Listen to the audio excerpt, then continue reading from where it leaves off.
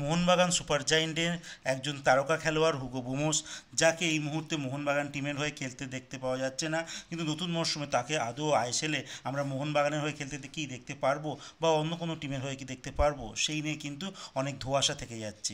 সেই সমস্ত ডিটেলে এই ভিডিওতে আমাদের বলবো। তার আগে প্রতিদিনের মতো বলবো, খেলার আপডেট ভিডিও পাওয়ার জন্য আমাদের চ্যানেলটিকে সাবস্ক্রাইব করতে একদম ভুলো না।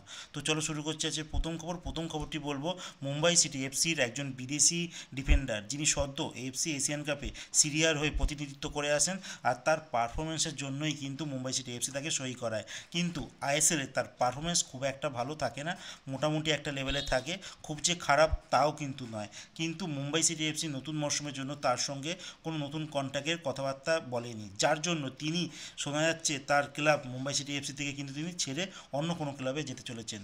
তো আপাতত ইন্ডিয়া থেকে আইএসএলের কোনো ক্লাবে তার কাছে অফার নেই, যার জন্য তিনি এখন ক্লাব ছাড়া ফ্রি একজন খেলোয়াড়। তো দেখা যাক তিনি এই নতুন মরশুমে অন্য কোনো দেশে চলে যায় নাকি ইন্ডিয়াতেই কোনো ক্লাবে তিনি সাইন করেন। এবার বলবো মুম্বাই সিটি এফসির কোচ, চেক প্রজাতন্ত্রের একজন কোচ পিটার ক্র্যাটকি, তাকে কিন্তু মুম্বাই সিটি এফসি তরফ থেকে 2 বছরের কন্ট্রাক্ট এক্সটেন্ড করার কথা বলা হয়েছে, আর তিনি সেটাতে সহমতি দিয়ে সাইনও করে দিয়েছে, যা মুম্বাই সিটি এফসির যে সোশ্যাল মিডিয়ার পেজ থেকে কিন্তু অফিসিয়ালি জানানো হয়ে গেছে। 2025-26 মানে 2026ই ধরো, 2026 সাল অবধি কিন্তু তার সঙ্গে Mumbai city FC contract extend করে নিয়েছে। তো এর আগে দেশ ব্যাকিংহাম করছিল মুম্বাই সিটি এফসি, তার পারফরমেন্সও কিন্তু ভালো ছিল এবং তিনি সেই পারফরমেন্সটাকে আরও সামনের দিকে মুম্বাই সিটি হয়ে কিন্তু এগিয়ে নিয়ে যাচ্ছেন।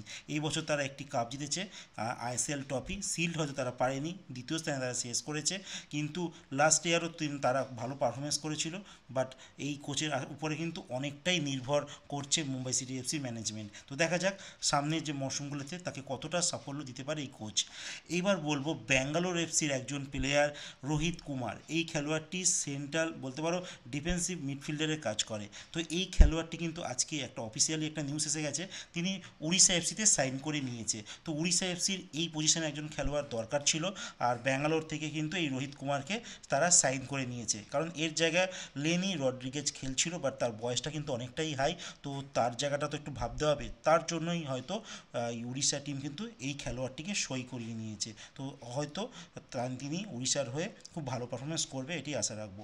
তো এরপর যে খবরটি বলবো, মোহনবাগানের একজন খেলোয়াড় এখন তিনি চুক্তিবদ্ধ রয়েছেন, সেই খেলোয়াড়টি রয়েছে হুগো বুমোস, যিনি এখন বর্তমানে তার দেশে রয়েছে। আর এই মুহূর্তে হাবাস যদি মোহনবাগানের কোচ আবারও থেকে যায়, তাহলে কিন্তু তার মোহনবাগান টিমের চান্স পাওয়া খুব মুশকিল। আর অনেক গুঞ্জন উঠছিল তিনি ব্যাঙ্গালোর এফসিতে তিনি নাকি খেলতে পারেন, কিন্তু এই মুহূর্তে কিন্তু সেটা আর লাগছে না। অ্যালবার্তো নগিওরের মতো খেলোয়াড়কে কিন্তু তারা সাইন করিয়ে নিয়েছে, তো মনে হচ্ছে ব্যাঙ্গালোর আর এই প্লেয়ারটির দিকে এগোবে না। তো এইবার একটা মানে সোর্স জানা যাচ্ছে যে উড়িষ্যা এফসি কিন্তু তাকে চাইছে, এবার তার উপর ডিপেন্ড করছে যে তিনি উড়িষ্যাতে কি আসবেন, কারণ উড়িষ্যার কোচের আন্ডারে তিনি একটা সময় খেলেও গেছেন। তো দেখা যাক, যদি আহমেদ জাহু আর এই খেলোয়াড় হুগো বুমোস একসঙ্গে থাকে, তারা কিন্তু একটা দারুণ কম্বিনেশন হবে। তো এবছর উড়িষ্যার বাজেট কিন্তু কম, তারা কিন্তু এফসি কাপ এবছর খেলবে না, যার জন্য তারা খুব একটা বাজেট খরচা বা বাড়াতে চাইছে না। তো দেখা যাক হুগো বুমোসকে তারা নিতে পারে কি না, বাট হাবাস যদি কোচ থাকে মোহনবাগানে, তাহলে কিন্তু এই হুগো বুমোসকে মোহনবাগানের হয়ে খেলতে এই বছরও দেখা যাবে না।